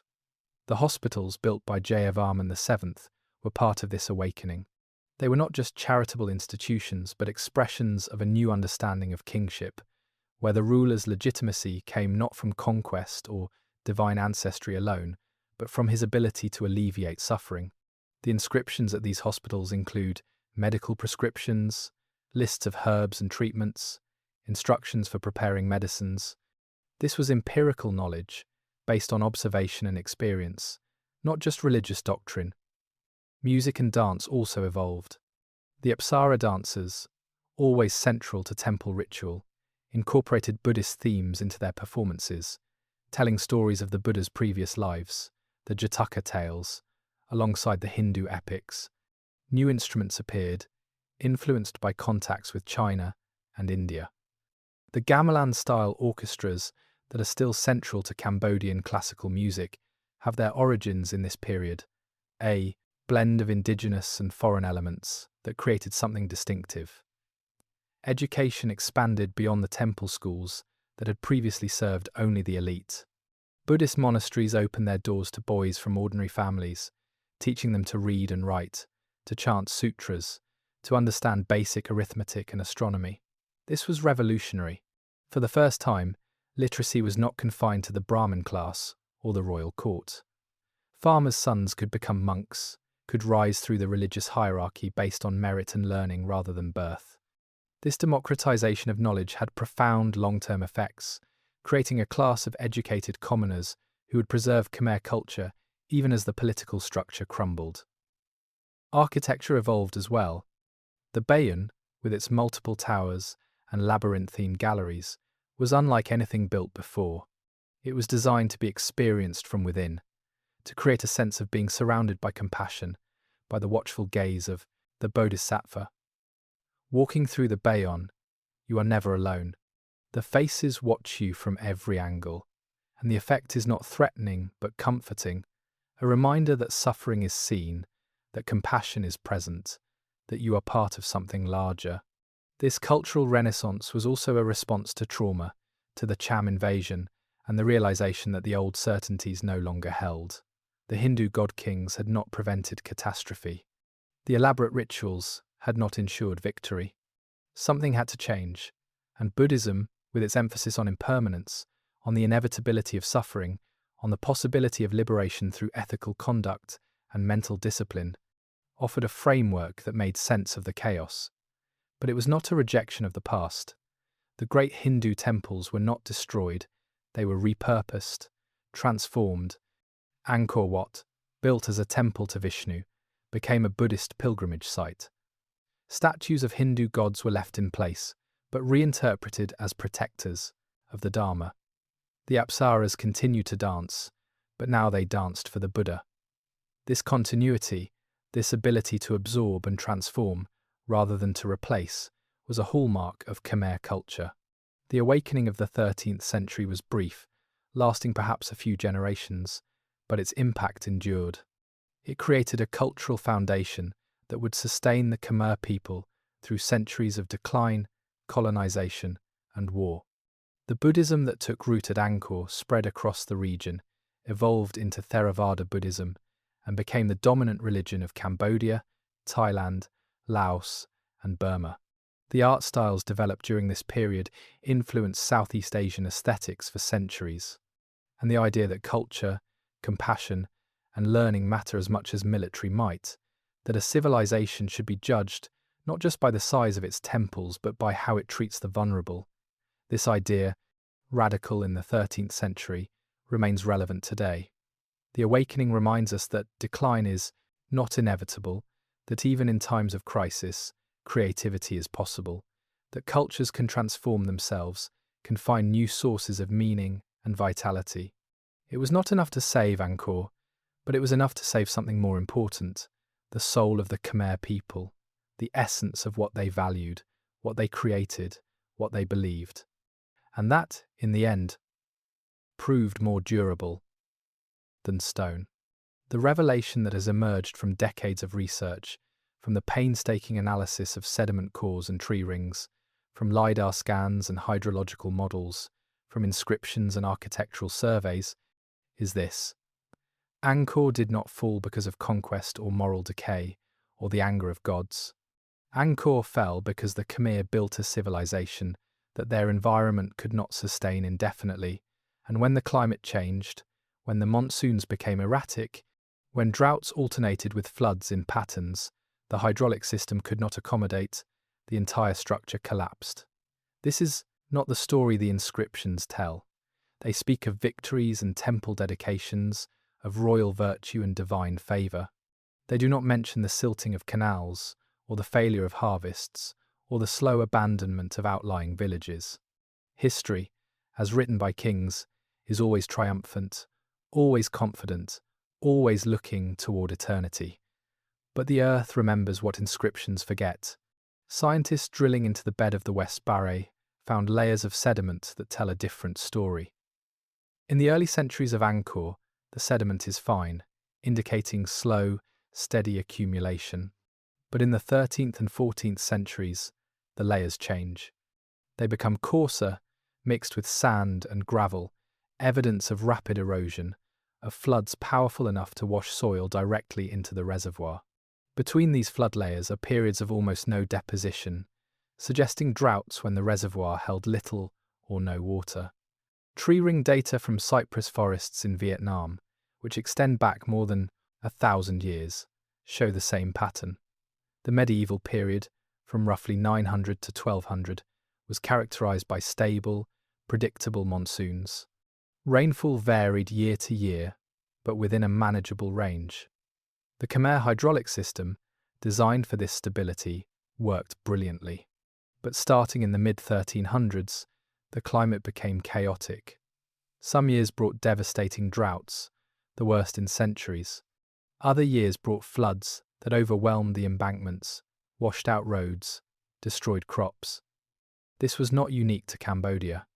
The 14th century was a period of global climate instability, part of a broader shift toward what climatologists call the Little Ice Age. Monsoon systems across Asia weakened and became erratic. Civilizations from China to the Middle East experienced drought, famine, and political upheaval. The Khmer were not being punished by their gods. They were experiencing the same climate shifts that affected half the world, but they were particularly vulnerable because of how they had engineered their landscape. The forests around Angkor, cut down over centuries to provide wood for construction and fuel for brick kilns, no longer regulated water flow. Without tree roots to hold the soil, erosion increased. Without forest canopy to slow rainfall, water rushed off the denuded hills, carrying sediment that clogged canals and filled reservoirs. The system that had sustained the empire became its liability. The revelation is that the Khmer knew this was happening. We have evidence, subtle but unmistakable, that engineers tried to adapt, New canals were dug to bypass silted sections. Embankments were heightened to contain larger floods. Reservoirs were expanded or modified. But these were reactive measures, patches on a system that was fundamentally failing. What was needed was a complete reimagining of how the city functioned, a move away from dependence on the barrets, a decentralization of population, and that was politically and culturally impossible. The god kings had staked their legitimacy on their ability to control water, to ensure prosperity through proper ritual and monumental construction.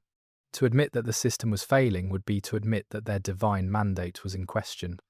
So they doubled down, building more temples, performing more rituals, demanding more labor, trying through sheer force of will to make the heavens comply.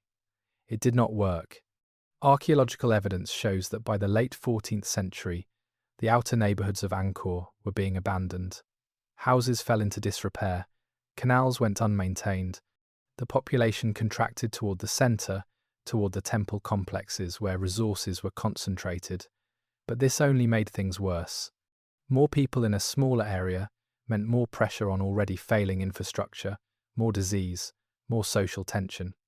The Thai invasions of the 14th and 15th centuries, which Cambodian chronicles emphasizes, the cause of Angkor's fall were symptoms rather than causes. The Thai attacked because the Khmer were weak, because the empire could no longer defend its borders, because the army could no longer be fed or paid. The decisive Thai victory in 1431, when they captured Angkor and sacked the city, was not the end of a thriving civilization. It was the final blow to a system that was already dying. The deepest historical truth, then, is about hubris and limits. The Khmer created something extraordinary, a city in the jungle that supported 1 million people through brilliant engineering and social organization.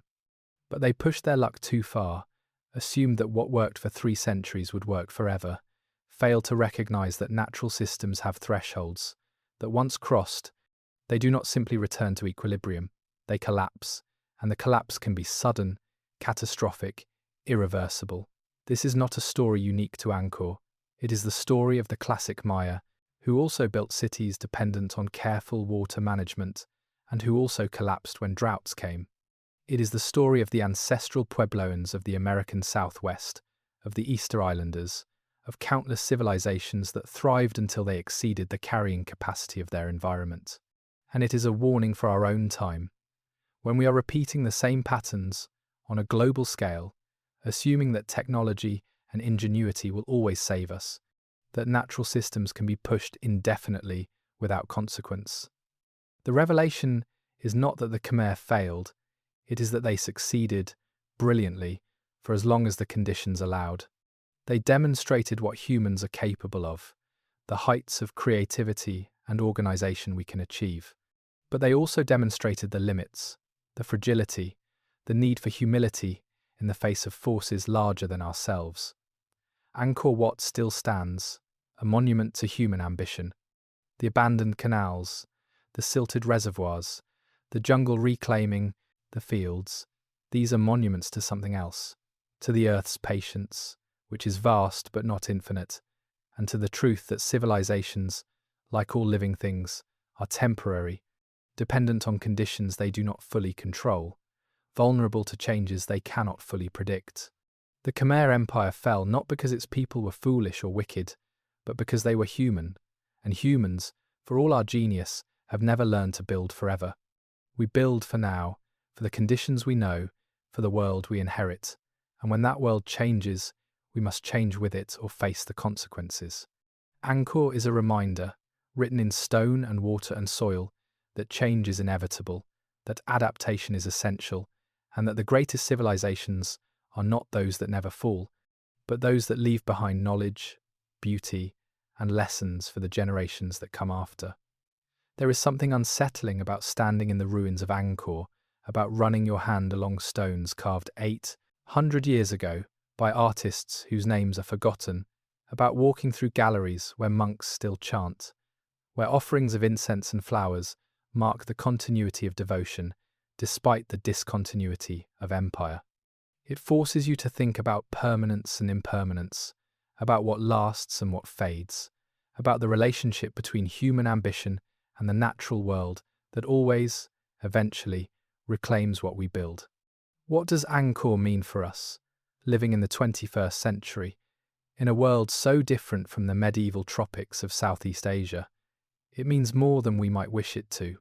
We live in an age of mega-cities, of infrastructure on a scale that dwarfs even Angkor, of engineering projects that reshape coastlines, dam rivers, irrigate deserts. We have technologies the Khmer could never have imagined, machines that move mountains, computers that model climate systems, satellites that monitor every inch of the Earth. And yet the fundamental challenge remains the same. How do we build societies that can sustain themselves, that can adapt to changing conditions, that can balance human needs with environmental limits? Angkor shows us that brilliance is not enough.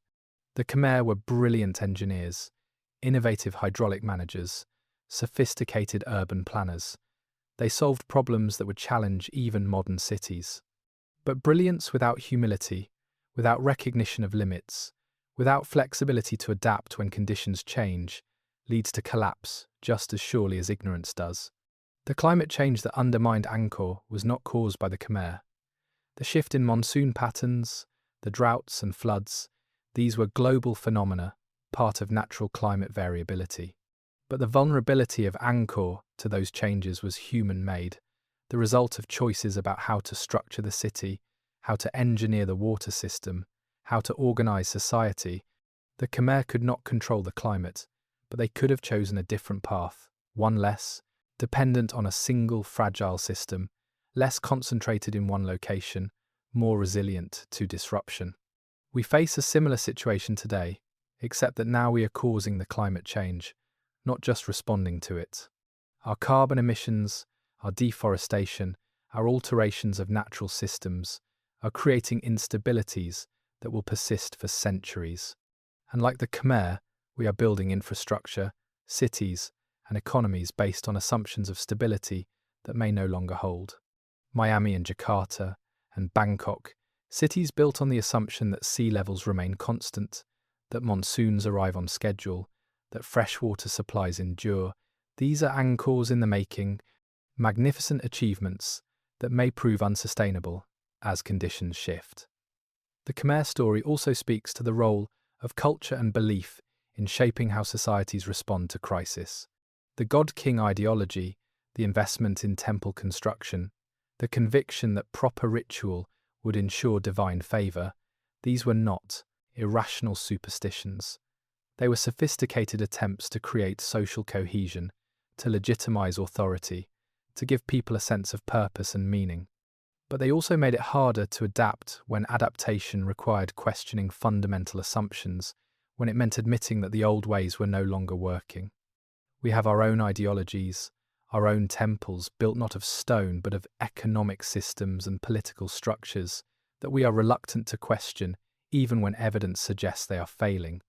The assumption that economic growth can continue indefinitely, that technology will always provide solutions, that markets will self-correct, these are the modern equivalents of the Devaraja cult, beliefs that shape how we see the world and limit what solutions we can imagine.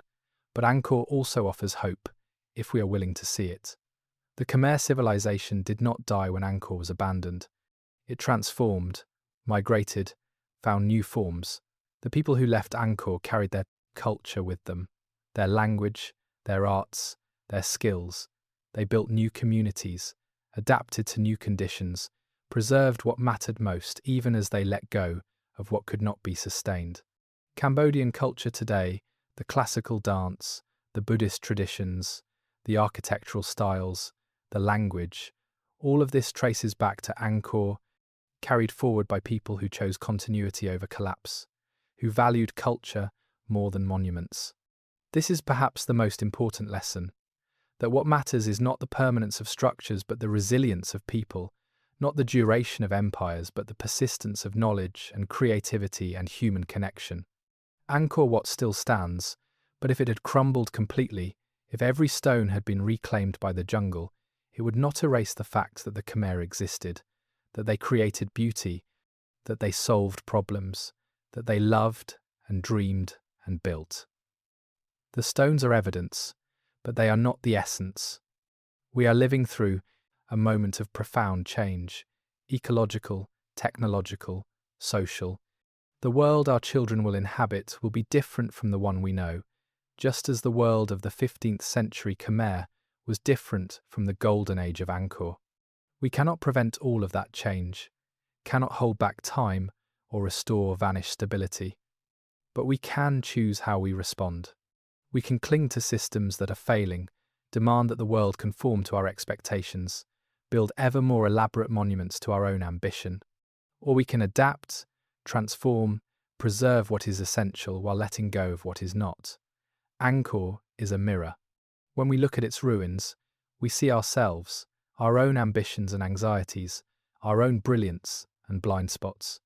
We see a civilization that achieved greatness and then lost it, not through wickedness or stupidity, but through the ordinary human failing of believing that success is permanent, that what worked yesterday will work tomorrow, that the world owes us stability. The stones of Angkor do not judge.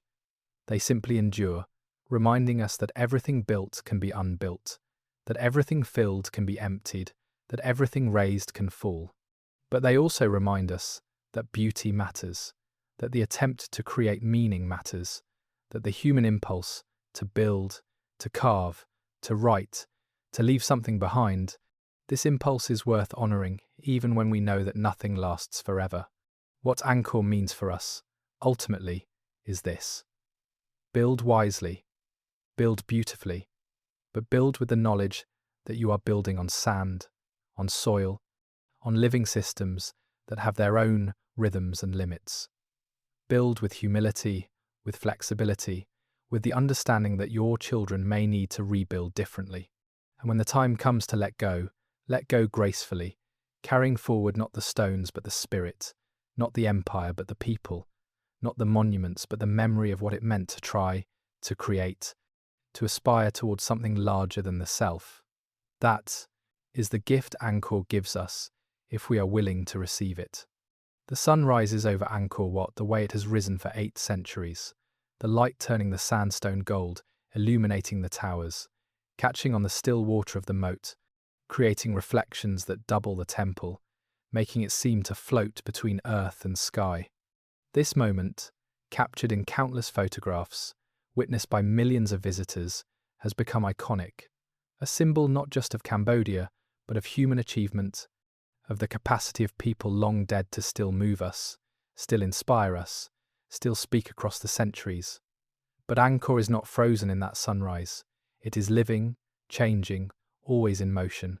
The stones continue to weather, slowly dissolving in the tropical rains, cracking from the roots of trees, wearing down under the feet of pilgrims and tourists. Conservation efforts, funded by international organisations and the Cambodian government, work to stabilise structures, to prevent collapse, to maintain what remains. It is a constant struggle, a race against entropy, against the jungle that wants to reclaim what was taken from it. And yet the jungle is also part of Angkor's beauty now, part of its identity.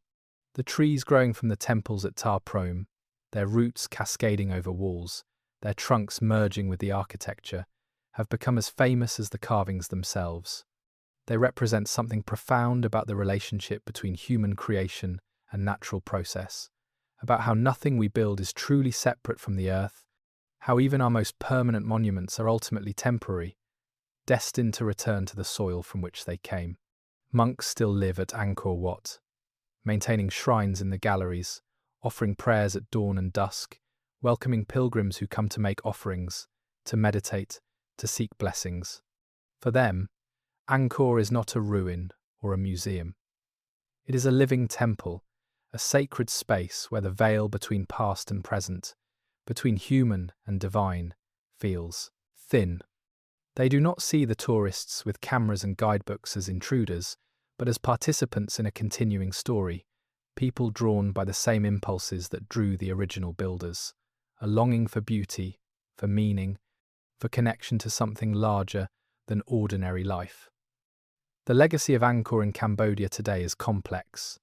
It is a source of immense pride, proof of Khmer greatness, evidence that Cambodian civilization contributed something unique and valuable to world history.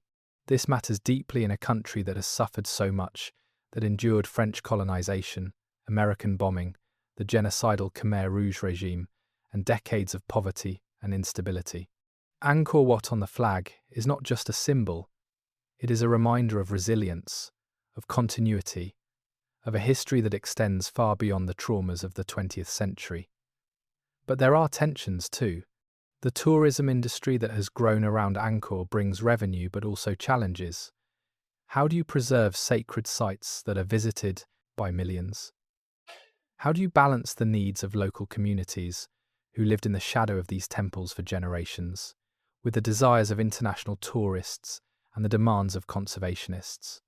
How do you ensure that the benefits of tourism reach ordinary Cambodians, not just foreign hotel chains and tour operators? These are not simple questions, and the answers are still being negotiated. Academic study of Angkor continues, with new discoveries made every year. The LIDAR scans revealed not just the extent of the city, but also evidence of earlier settlements, of urban areas that preceded Angkor, of a history even deeper than scholars had imagined.